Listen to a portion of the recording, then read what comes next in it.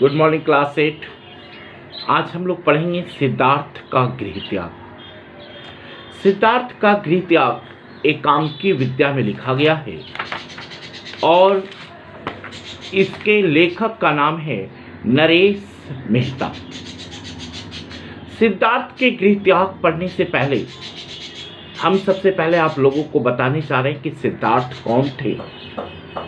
सिद्धार्थ के संक्षिप्त जीवन परिचय सबसे पहले हम लोग पढ़ेंगे। सिद्धार्थ यानी गौतम बुद्ध।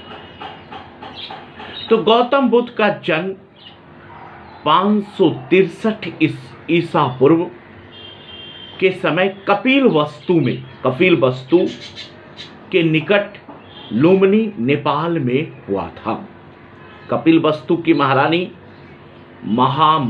महामाया देवी के गर्भ से एक बालक का जन्म हुआ और इस बालक का नाम सिद्धार्थ रखा गया।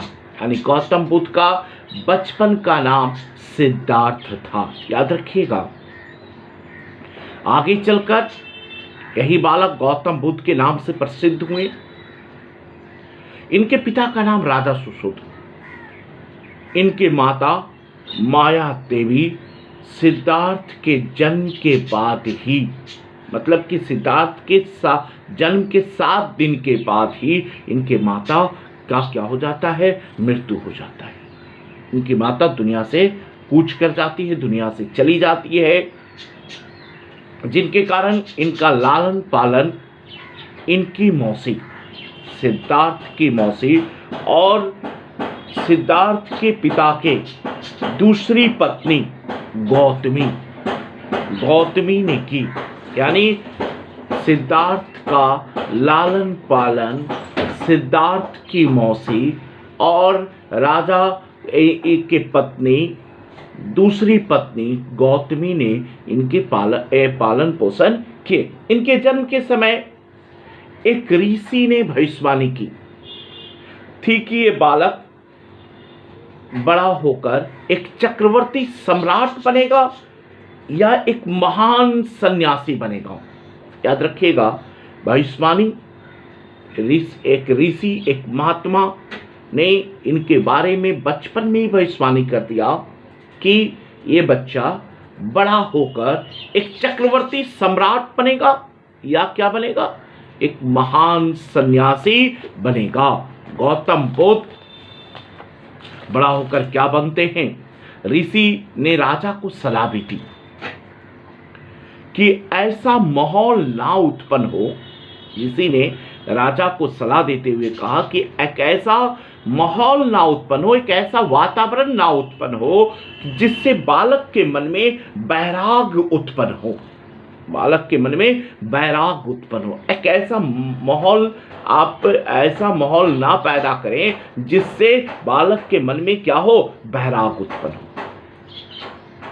सिद्धार्थ की शादी, इसलिए इनके पिता ने सिद्धार्थ की शादी मात्र 16 साल की आयु में राजकुमारी यशोधरा के साथ आपकी विवाह हो गई, आपकी शादी हो गई।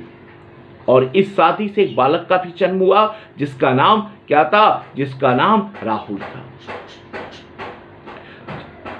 राजा सुशोधन जो थे, आपके जो पिता थे, सिद्धार्थ के लिए भोग विलास का भरपूर इंतजाम किया, भोग विलास का भरपूर इंतजाम, ताकि बालक को बैराग ना हो, बालक के मन में बैराग की भावना ना हो, बालक के मन में बैराग की भाव ना हो। इसलिए आपके पिता ने भोग विलास का भरपूर इंतजाम कर दिया। लेकिन एक दिन आपने सारथी के साथ टहलते टहलते एक दिन आपने अपने सारथी के साथ कहीं जा रहे थे, तो आप उनका नजर, सिद्धार्थ का नजर एक वृद्ध, मतलब एक बूढ़े व्यक्ति, बीमार व्यक्ति और मृत व्यक्ति पर पड़ी। सिद्धार्थ के मन में तरह तरह का प्रश्न उठा, क्या इंसान बीमार भी पड़ता है? वृद्ध, क्या इंसान बूढ़े भी होता है? क्या इंसान मरता भी है? और उनके मन में बैराग की भाव उत्पन्न हो गया। सत्य की खोजने की यानी भाव उत्पन्न हो गया उनके मन में, और उन्होंने अपनी सारथी का नाम याद रखिएगा, सारथी छल्लन और अपने प्यारे घोड़े केतक की सहायता से अर्धरात्रि में ही 21 वर्ष की उम्र में 21 वर्ष के उम्र में अपने परिवार को त्याग कर जंगल में चले गए।